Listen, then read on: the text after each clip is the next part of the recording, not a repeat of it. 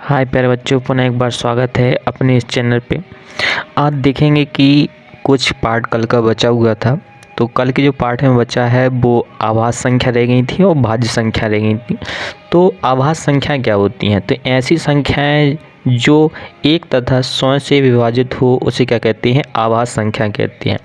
तो एक लाइन में आप समझ सकते हैं, जो बोलें वो आपको ज़रूर सुनना है। मतलब कहने के बाद जो एक के पहाड़े में आए या खुद के पहाड़े में आए, वो ऐसी संख्या क्या होती हैं? आभाज्य संख्या होती हैं। तो आप देख सकते हैं जो दो होता है, दो किसके पहाड़े में आता है? या तो एक के पहाड़े में आता है या दो के पहाड़े में आता है। तीन होता है, तीन या तो एक के पहाड़े में आता है खुद के, या तीन के पहाड़े में आता है। या पाँच के ऐसी पाँच की बात करें तो पाँच क्या आता है? सिर्फ एक के पहाड़े में आता है या खुद पाँच के में आता है। ऐसी 11 की बात करें तो 11 क्या आता है? खुद एक के पहाड़े में आता है या 11 के पहाड़े में आता है। ऐसी 13 की बात करें तो 13 क्या आता है? या तो एक के पहाड़े में आता है या 13 के पहाड़े में आता है। तो आप कह सकते हो ये क्या होती हैं? आपकी आभाज्य संख्याएं होती हैं। तो इस तरीके से आपको समझ में आ गया होगा। यदि कोई प्रॉब्लम होती है तो आप बता सकते हैं। इसके बाद बात करते हैं भाज्य संख्याएं। भाज्य संख्याएं क्या होती हैं? तो भाज्य संख्याएं ऐसी संख्याएं होती हैं जो एक तथा अन्य संख्याओं से विभाज्य हो जाए। कहने का मतलब इसकी बात देखें तो ये मतलब एक के पहाड़े में भी आए, इसके अलावा मतलब दो से ज़्यादा पहाड़ी में आए, यानी दो से ज़्यादा यदि किसी और के पहाड़े में संख्या आ रही है तो वो क्या है?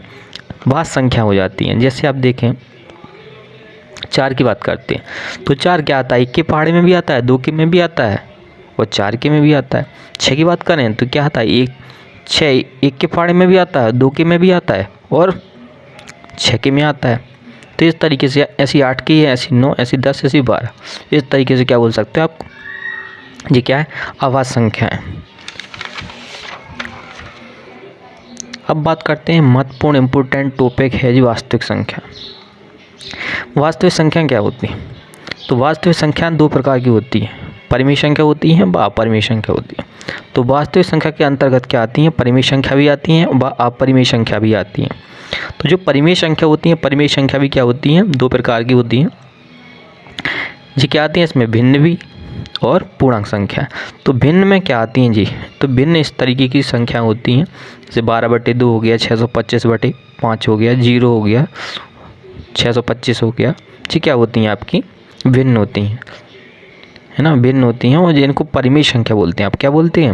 मैंने क्योंकि वो जो 625 है, 625 का वर्गमूल कितना निकल आएगा? 25 निकल आएगा। इसकी बटी में क्या मान सकते हो? आप पिंक मान सकते हो।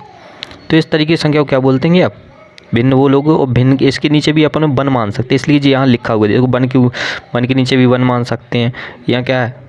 5 के अपन भी क्या मान सकते हो? वन, यानी 5 के अपन भी क्या मान सकते हो? 1 मान सकते हो। 0 के अपन भी क्या मान सकते हो? 1। तो जी सब क्या बन जाएंगी? भिन्न बन जाएंगी। इसके बाद बात करते हैं पूर्णांक संख्या। तो पूर्णांक संख्या क्या होती है? माइनस की संख्या होती है, वह 0 भी होता है और प्लस की संख्या होती है। ऐसी संख्या को क्या बोलते हैं? पूर्णांक संख्या बोलते हैं। अब बात करते हैं अपरिमेय संख्या क्या है। तो अपरिमेय संख्या क्या होती है? तो अपरिमेय संख्या वे होती हैं जिन्हें p/q के रूप में नहीं लिख सकते। कहने का मतलब जैसे √2 है, इसको p/q के रूप में नहीं लिख सकते। √3 है, नहीं लिख सकते। √5 को भी नहीं लिख सकते। इसका क्या है? रूट भी नहीं निकलता। जिन संख्याओं का रूट भी ना निकले वो अपरिमेय संख्या होती है। 11 है तो इसको ना p/q के रूप में लिख सकते हो ना इनका रूट निकलता है। जी क्या हो? इसलिए क्या हो जाएंगी? अपरिमेय संख्या होंगी। कुछ क्या होते हैं? दशमलव वाली संख्या भी होती है जिनका क्या होता है? दशमलव प्रसार क्या होता है? अशांत होता है। ऐसी परिमेय संख्या क्या होती हैं? अपरिमेय संख्या होती हैं। 22/7 ये भी क्या? पाई की वैल्यू है, ये भी क्या होती है? अपरिमेय संख्या होती है। तो आप देख सकते हो, आपको ये वाला डायग्राम आपको याद होना ही चाहिए। जहाँ से वो आपको करना है। यदि आप बन जाएगा तो आपके जो ऑब्जेक्ट हैं क्लास 10वीं के, क्लास 9th के, सब ऑब्जेक्ट इसी से बनेंगे। तो आपको गौर करना है। आप देख सकते हो परिमेय संख्या के अंतर्गत क्या आती हैं? वास्तविक संख्या के अंतर्गत कौन आती हैं? परिमेय संख्या आती हैं, अपरिमेय संख्या आती हैं। परिमेय संख्या के अंतर्गत क्या आती है? भिन्न आते हैं, पूर्णांक संख्या आती हैं। तो आप सीधे सीधे यदि तुमसे पूछे वास्तविक संख्या क्या होती है तो वो परिमेय संख्या होती है, अपरिमेय संख्या होती हैं। अब पूछे परिमेय संख्या में कौन कौन आती है तो भिन्न और पूर्णांक संख्या आती है। तो इस तरीके से आप देख सकते हो।